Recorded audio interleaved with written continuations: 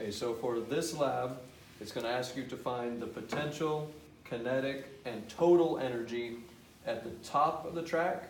So that would be right here, the middle of the track, or where the two pieces join together, and the bottom of the track, or where this rubber band is.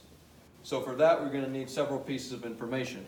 So we'll start with the top one up here. If I want to find the potential energy, I need the mass of the car, and that includes the two ball bearings.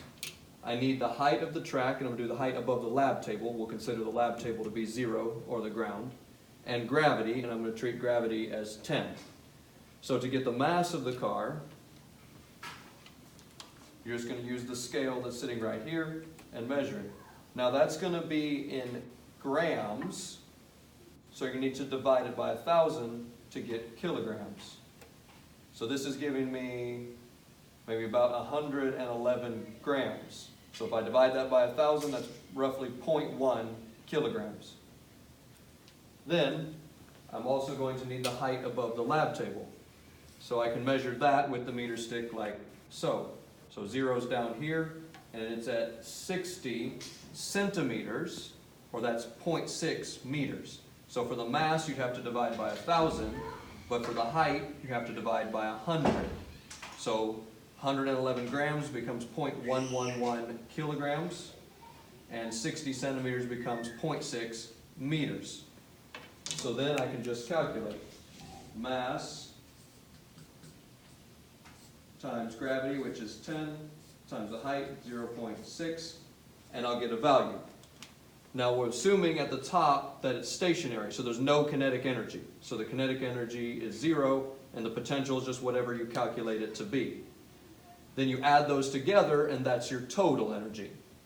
Now the key to doing the other two is to realize that the total energy doesn't change. So come here to the middle. If I do the same thing, I get the height divided by 100 to put it in meters. The same mass as I calculated before, divide by 1,000 to put it in kilograms, I can get a new potential energy.